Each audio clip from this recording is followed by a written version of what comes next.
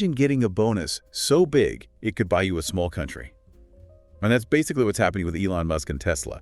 But of course, there's a twist. Always a twist. Always with Tesla. A Delaware judge just rejected his massive pay package. Yeah, for the second time. The second time. Crazy, right? It is. And welcome to the Neural Shift listeners. Yeah, thanks for joining us. We're diving deep today into this whole Tesla saga. We are. Because you sent us a ton of articles. So many. About this decision. Yeah. And I think it's really interesting because it kind of pits shareholder rights against judicial oversight. Yeah, you got it. And the sheer size of this pay package is pretty mind-boggling. It is. We're talking $56 billion. Yeah, and it gets even wilder. It was initially worth like $2.6 billion in stock options. Back in 2018. Back in 2018, that's right. But then it just ballooned. To $56 billion. By January of this year, Yeah. And get this, it was projected to hit $101.5 billion by December. It's an insane amount of money. It's a lot of money. It's hard to even fathom. It is, but the judge in this case, Judge Kathleen McCormick, she's the one who initially blocked this back in January. Right. She just ruled again that Tesla's board, they weren't really acting independently enough when they approved this deal. So they were swayed by Musk. Basically, she said that, yeah, they were swayed by his influence and they didn't really consider other more reasonable options. So it's not just about the money. It's also about, Yeah. Was Tesla's board really looking out for the best interests of all the shareholders when they gave Musk this deal? Exactly. That's the key point here. The judge is saying that the board, which is supposed to represent the interests of all shareholders, they basically just caved to Musk's demands. And now Tesla's firing back. Right. Oh, yeah. They're saying that shareholders voted overwhelmingly in favor of the pay package, and they're arguing that judges shouldn't be able to overrule the will of the shareholders. Right. It's a compelling argument for sure. It gets to the heart of this whole debate about corporate governance. Which is basically just the system of rules and processes by which a company is directed and controlled. Okay.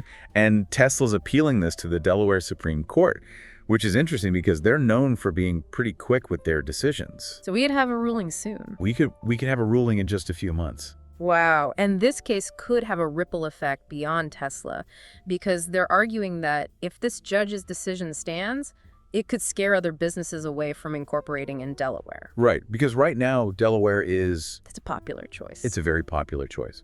They claim that this sets a precedent where judges and lawyers, they have more control over companies than the shareholders themselves. That's the big deal. It's a huge deal. Yeah. Delaware has long been a hub for corporate incorporation because of its business-friendly laws and, court system. This case could really disrupt that. For sure. And then there's Elon Musk's reaction. He did not hold back. Oh, no, he did not. He called the ruling absolute corruption on X, formerly known as Twitter. Yeah, he's never been one to shy away from speaking his mind. He's not. And Musk is a very vocal advocate for shareholder rights. So he sees this ruling as a direct threat to that principle. Exactly. His statement shows his belief that shareholders, not judges, should have the ultimate say in company matters. It definitely adds fuel to the fire. It does. And it brings up this really interesting question. How much power should CEOs have? And should a court be able to intervene in what a company's shareholders have already approved? That's the million-dollar question right there. And it'll be really interesting to see how the Delaware Supreme Court rules on this. So what happens to Tesla if they lose this appeal? Well, if the Delaware Supreme Court upholds the lower court's decision, Tesla has to go back to the drawing board and come up with a new compensation plan for Musk. And that could be costly, it could be time-consuming. Right, and it creates uncertainty. And investors don't like uncertainty. They don't like uncertainty. This whole situation has put a spotlight on Tesla, and it's raised questions about their corporate governance practices. For sure. And, it'll be interesting to see if this case leads to any broader changes in how executive compensation is structured and approved, not just at Tesla, but at other companies as well. Absolutely. Okay, so while this legal battle plays out, Tesla's also got some exciting news on the technology front. They too. They're rolling out FSD version 13. Yes, to a limited group of beta testers. And early reports are saying it's a significant step forward for their autonomous driving system. It is. Version 13 is a complete overhaul of their system. It's built on Tesla's Dojo supercomputer. And that gives it 5 times the computing power of the previous versions. 5 times, that's a lot of processing power. It's a lot of power. So what kind of improvements are we talking about here? We're seeing features like the ability to dynamically reroute around road closures based on real-time data. Wow. A smoother and more human-like driving style. Okay. And even more responsive steering. It really seems like Tesla's getting closer to their goal of achieving fully autonomous driving. Which has been a long-standing ambition of Elon Musk. Absolutely it has. It's really important to understand what makes this dojo so impactful. It's not just about the raw processing power. Dojo is actually custom built for machine learning. Which is the AI behind FSD. Exactly. It's the type of AI behind FSD. So this means that it can handle these massive amounts of data that are needed to train a self-driving system. To make decisions like a human driver. That's right, like a human driver. Okay, so it's not just about crunching numbers faster. Uh-huh. It's about training the AI more effectively. Exactly. And the dynamic routing around road closures is a perfect example of this. Oh, yeah? Because it requires the AI to not just see the road, but to understand what a closure means. Like the context of the closure. Yes, and make smart decisions in real time. I've seen some videos of FSD version 13 online. Have you? Yeah, and it does seem like a lot smoother and more natural than previous versions. It does. That's what's so exciting about these early reports is that people are saying that the system is becoming more intuitive, less jerky, more like how a human would drive. It makes you wonder if Tesla really nails this whole self-driving thing. Yeah. What will it mean for the future of transportation? That is the billion-dollar question, isn't it? And, it's not just about Tesla. Right. This technology has the potential to totally revolutionize how we move people and goods. Okay, so fewer accidents, Yeah. reduce traffic congestion, Right. and it'd be more accessible to people who can't drive. Exactly. It could be amazing, but, There's downsides too, right? of course there are downsides. We have to think about things like job displacement for professional drivers. Yeah, that's a big one. It is. And there's also the potential for hacking and cybersecurity threats. And what about just like the ethical considerations of giving control to machines? Right, exactly. There's so many things to think about. And what about regulations? Oh, yeah. Governments are still trying to figure out how to even create a legal framework for autonomous vehicles. Absolutely, because regulating a technology that's constantly evolving is super complex. Right. There are questions about liability data privacy and how to make sure these systems are safe. These are all huge challenges that we need to figure out as this technology keeps developing. It's a fascinating prospect, but it's also kind of daunting. I agree. The potential benefits are huge, They are. but there's just a lot of complex issues to sort out. That's the reality of disruptive innovation. It comes with both exciting possibilities and unforeseen challenges. And it seems like Tesla is always pushing the envelope, They are. whether it's with their technology or their business practices like this whole pay package thing, There's no doubt that Tesla is a company that likes to challenge the status quo. which is why it's such a captivating case study. For sure. And speaking of shaking things up, Yeah, Tesla isn't just an electric vehicle manufacturer. that's right. They're also a big player in the renewable energy market with their Powerwall and Megapack. Absolutely. Those energy storage products are a crucial piece of the puzzle when it comes to moving towards a more sustainable energy future. So they allow homeowners and utilities to store energy generated from solar panels and wind turbines. Exactly.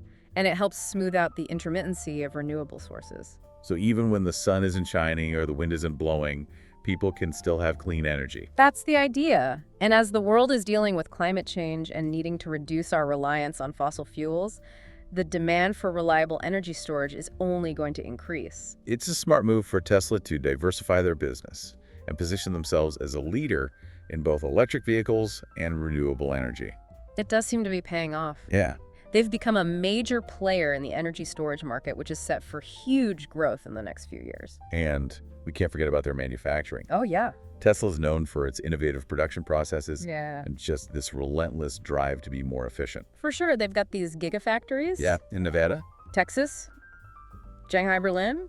And they're building a new one in Mexico. These huge facilities are key to their plan of scaling up production and making electric vehicles available to everyone. And they're also really investing in automation and robotics. They are aiming to be the most efficient car manufacturer in the world. And that level of automation is essential if they're going to reach their production goals. Okay, so we've talked about Tesla's legal troubles, their groundbreaking technology, their energy storage solutions, their manufacturing capabilities.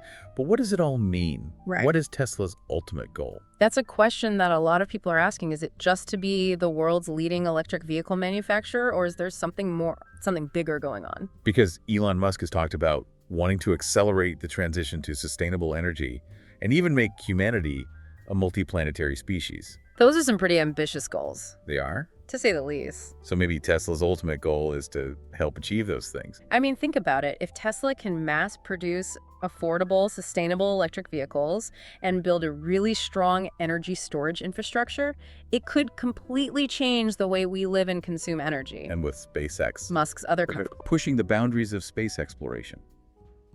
Maybe Tesla's technology could power human settlements on Mars someday. It's a fascinating thought, and it might seem like science fiction right now, but with Elon Musk leading the way, it's hard to say what's possible. So as we're wrapping up this deep dive into the world of Tesla, we want to leave you with this question. Okay.